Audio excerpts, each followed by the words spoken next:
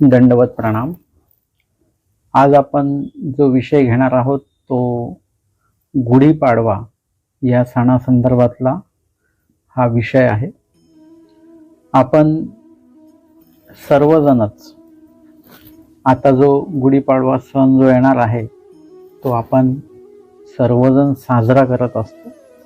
3.5 मुहूर्तांपैकी एक मुहूर्त त्याला म्हटलं जात असतं आणि साहजिकच आपल्या लोकांचा प्रश्न असतो की मग महानुभाव पंथीयांनी हा सण कसा साजरा करायचा. आता गुढीपाडवा जो आहे आपण जर का त्या सणाच्या संदर्भातले जर का संदर्भ बघितले तर गुढीपाडवा हा एक दिवसाचा सण नाही आहे. गुढीपाडव्याला जी गुढी उभारल्या जाते तर त्या गुढी उभारण्याचा जो काही दिवस आहे तो एक दिवस असू शकत नाही. व्यापकपणे जर का बघितलं तर आपण कुठल्याही वेळेला तो आनंद आपण व्यक्त करू शकतो. या संदर्भामध्ये जे काही कारणं आलेली आहेत, गुढीपाडवा कधीपासून सुरू झाला या संदर्भातले जे कारणं बघितलेली आहेत ती सर्व अन्य धर्मीयांची कारणं आहेत, ज्यामध्ये एका राजाला इंद्राने काही काठी दिलेली होती आणि मग त्या काठीचा सन्मान म्हणून ती काय केली, त्यांनी त्या काठीचं पूजन वगैरे सगळं ते केलं आणि त्याचं बघून इतरही राजांनी ते केलं आणि तेव्हापासून गुढीपाडवा हा जो सण आहे तो सुरुवात झाला असं म्हटलं जातं. दुसरं उदाहरण त्याला दिलं जातं की ब्रह्मदेवाने याच दिवशी सृष्टी निर्माण केली असं म्हटलं जातं. आता महानुभाव पंथीयांच्या दृष्टीने बघितलं तर या सृष्टीची रचना जी आहे ते परमेश्वराच्या प्रवृत्तीने माया सृष्टीचा संहारही करते आणि माया सृष्टीची रचना करते. म्हणजे हे कारण आपल्यासाठी थोडंसं आपण बाजूला ठेवूया. आणि तिसरं कारण देतात की जेव्हा वनवासातनं जेव्हा श्रीराम हे अयोध्येला आले ते याच दिवशी आलेले होते आणि त्या दिवसापासून हा गुढीपाडवा हा सण जो साजरा केला जातो. असे त्याचे 1, 2 नव्हे तर 3 कारणं सांगितल्या गेलेली आहेत. याचा अर्थ की अयोध्येला जेव्हा राम आले त्यावेळी त्या गुढ्या उभारल्या गेल्या, म्हणजे ते गुढी उभारण्यामागचा जो काही भाग आहे तो कुठल्याही विधीशी संबंधित नाही आहे, तो त्या आनंदाशी संबंधित आहे. हे लक्षात घ्या पाहिजे. म्हणजे जेव्हा केव्हा आपल्याला आनंद होईल त्यावेळेला, म्हणजे तो आनंद त्या कोटीचा तो आनंद असेल तर त्यावेळेला ती गुढी जी आहे ती गुढी उभारल्या जाऊ शकते, उभारल्या जाते. आणि महाराष्ट्रामध्ये म्हणा किंवा भारतामध्ये म्हणा ती परंपरा आहे. यामध्ये आपल्याला लीळाचरित्राचं प्रमाण जर का आपण बघितलं तर आमचे स्वामी जिथे कुठे काही गावाला गेलेले आहेत, मग अचलपूरला स्वामी आले रामधरण्या राजासोबत, त्यावेळी सुद्धा तिथे गुढी तोरणे वगैरे जे आहेत ते उभारल्या गेलेली आहे, सडे संमार्जन केल्या गेलेले आहेत. म्हणजे आपला जो राजा आहे तो काहीतरी यश प्राप्त करून आला तर त्या संपूर्ण गावाला, त्या राज्याला तो आनंद व्हायचा आणि त्या आनंदाच्या निमित्ताने ती गुढी उभारल्या जायची. गुढी उभारणं हा आनंदाचं एक प्रतीक आहे, तो कुठल्याही विधीशी संबंधित नाही आहे. त्या गुढीचं जेव्हा तुम्ही पूजन करता, हे लक्षात घ्या, महानुभाव पंथामध्ये विशेषाचं पूजन, स्थानाचं पूजन आणि साधूचं पूजन हे 3च पूजन आहेत. या व्यतिरिक्त जेव्हा तुम्ही अजून 4थ्या ठिकाणी जेव्हा गंध लावाल, फुलं वाहाल, तर त्या ठिकाणी ते मग विकल्पजनित क्रिया सुरू होत असते. आणि म्हणून हे लक्षात घ्या की कुठल्याही इतर वस्तूंचं जे पूजन आहे ते पूजन आपण करून, याचं महानुभाव पंथामध्ये कलश मांडूच नाही.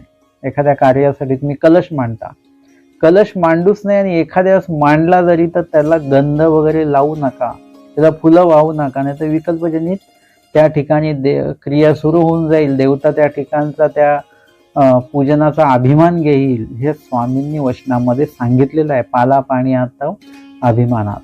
म्हणून हे लक्षात घ्या की गुढीचं पूजन नाही करायचं आम्हाला. तुम्हाला आनंद व्यक्त करायचा असेल तो फक्त गुढीपाडव्याच्या दिवशीच तो आनंद व्यक्त करायचा आहे हे आधी डोक्यातनं काढून टाका. जर लीळाचरित्रामध्ये तुम्ही बघितले तर गुढीपाडव्याला गुढी उभारलेली आहे असा संदर्भ लीळाचरित्रामध्ये नाही. लीळाचरित्रामध्ये जेव्हा केव्हा स्वामी त्या गावाला गेलेले आहेत आणि त्याची पूर्वसूचना वगैरे आहे, तर मग अशा वेळेला त्या ठिकाणी त्या गुढी तोरणे वगैरे जे आहेत स्वामींच्या त्या आगमनाच्या निमित्ताने ते गुढ्या उभारल्या गेलेल्या आहेत. आजच्या काळातही जेव्हा केव्हा एखादी पदयात्रा जेव्हा एखाद्या गावाकडे येणार आहे, तर त्या गावातले जी काही सगळी लोक आहेत ती खूप आनंदामध्ये असतात आणि ते असं बघायला मिळतं की ते काय करतात, गावामध्ये गुढ्या उभारतात.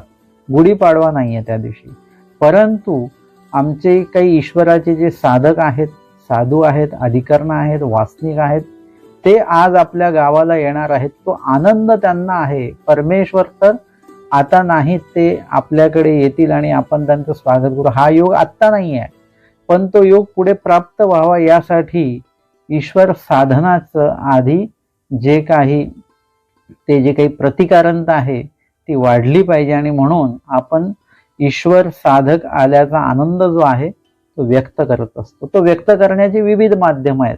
कोणी गोडधोड काहीतरी बनवेल, कोणी काहीतरी चौक रंगमाळिका भरतील, कोणी पाय धुतील वगैरे वगैरे वेगवेगळे त्यासाठी ते माध्यम आहेत.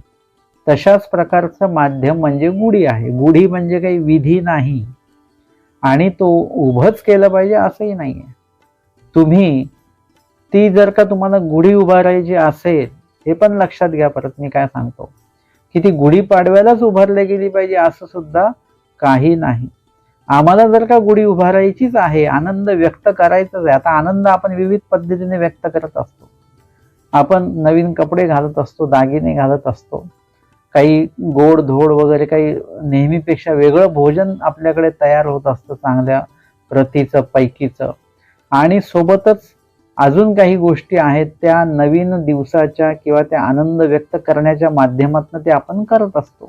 काही लोक गोड खातात. गोड खाऊन काय होतो, तेवढाच पुरतं ते एक निमित्त होतं की आजचा सण आहे म्हणून आम्ही इथे करतो आहोत. परंतु त्या सणाला जर का विधीचं जर का तुम्ही निमित्त ठरवलं की मग ते विकल्पाकडे, असं होळीच्या संदर्भातलं मी सांगितलेलं होतं तुम्हाला, तर त्याच्यामध्ये सुद्धा विकल्पाकडे जातं ती क्रिया. तर तसं करू नका. होळीच्या दिवशी पुरणपोळी बनवण्याचं कुठलंही उदाहरण महानुभाव पंथामध्ये नाहीत आणि जग का बनवतं हे ते जगाला विचारा, का बनवलं जातं ते. म्हणून कुठल्याही प्रकारे कर्म धर्म विधी विखो कर्मराटीचे त्यागायला देवानी सांगितले. म्हणजे तिथले विधी सुद्धा तिथेच ठेवा, ते इकडे आणू नका महानुभाव पंथामध्ये. महानुभाव पंथाचे स्वतंत्र विधी आहेत. म्हणून जर का तुम्हाला आनंदच व्यक्त करायचा असेल तर आम्हाला आनंद व्यक्त करण्यासाठी 5 अवतार दिन आहेत. 5 अवतार दिन म्हणजे वर्षाकाठी तुम्ही जर का एकच गुढी उभारत असाल गुढीपाडव्याला, तर तुम्ही वर्षभरामध्ये 5 गुढ्या उभारू शकता, 5ही अवतार दिनाला. ते सुद्धा विधी नाही, फक्त तुम्हाला आनंद व्यक्त करण्याचं एक माध्यम. नवीन कपडे घातले तशी ती गुढी तुम्ही उभी करा आणि म्हणून त्या ठिकाणी ती गुढी तुम्ही उभारू शकता. आता हे कोमळ दशेतलं किंवा प्रथम काळातला हा विधी समजा तुम्ही केला, परंतु जर का तुम्ही अजून थोडं पुढे सरकलात, अजून ज्ञान अर्जन तुम्ही केलं, तुम्हाला 2 शब्द अजून माहिती पडले, तर काय होईल, त्यामधनं तुमच्या लक्षात येईल की अवतार दिनाला सुद्धा आम्हाला आनंद कसा मिळवता येईल. गोडधोड पदार्थ आम्हाला लोक सांगतात, देवाचा आपला अवतार दिन आहे, त्या निमित्ताने आम्ही बनवतो, त्या आनंदात आम्ही बनवतोय. परंतु नवीन कपडे घालण्याचा आनंद असेल, दागिने घालण्याचा आनंद असेल, गोडधोड बनवण्याचा आनंद असेल, प्रसाद म्हणून तो खाण्याचा आनंद असेल, हा सर्व आनंद जो आहे तो नाशिवंत आनंद आहे. भौतिक पदार्थातला तो आनंद आहे आणि तो नाशवंत ठरणार आहे किंवा तो पुढे त्रासदायक ठरणार आहे.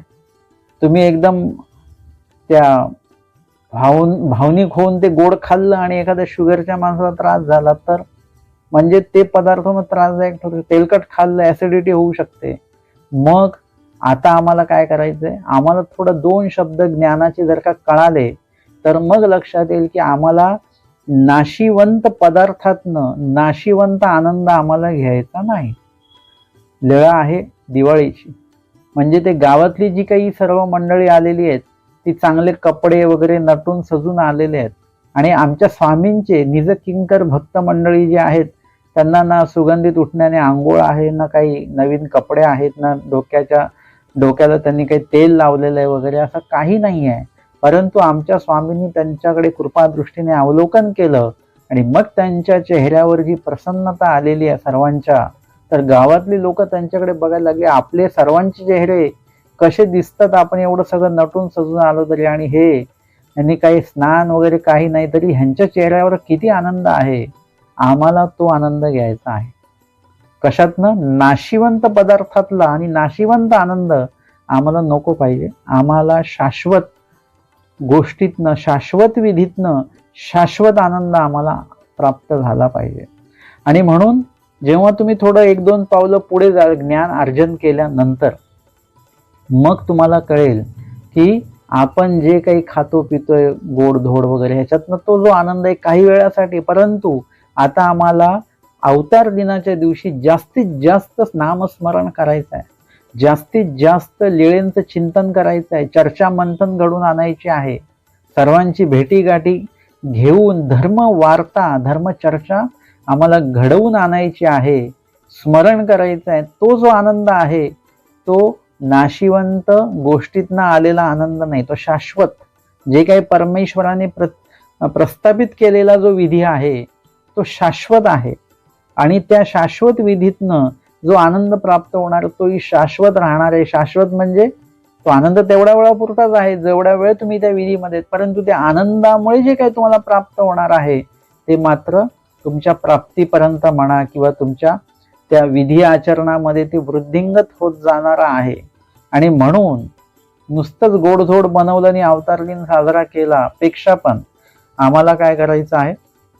स्मरणातनं, विधी आचरणातनं, मार्गामध्ये जाऊन सेवादास्य करणं, यातनं किंवा अशक्त साधूंची सेवा करणं, अशा माध्यमातून सुद्धा तुम्ही तो आनंद जो आहे तो प्राप्त करू शकता. आणि त्याच्यातनं जे काय मिळणार आहे ते ईश्वराची कणव, अधिकार आणि योग्यता या गोष्टी तुमच्या वाढणार आहे.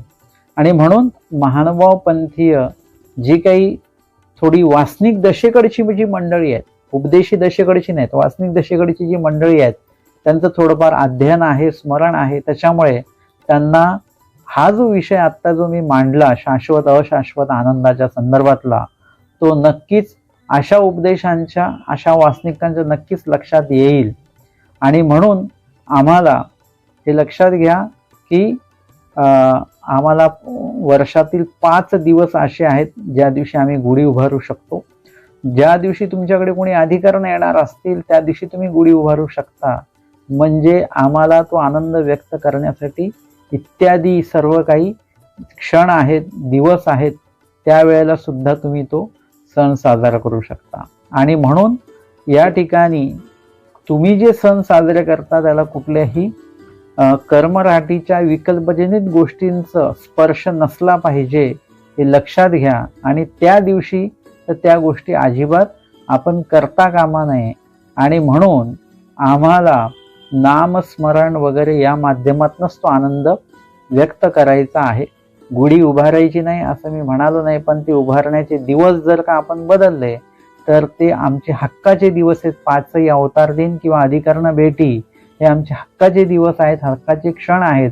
आणि त्या शाश्वत त्या गोष्टीतनं ते शाश्वतच आनंद आम्हाला त्यावेळेला प्राप्त होईल. आणि म्हणून आज आपण आजच्या या सत्रामध्ये हा गुढी उभारण्याच्या संदर्भातला विषय या ठिकाणी श्रवण आणि चिंतन केलेला आहे.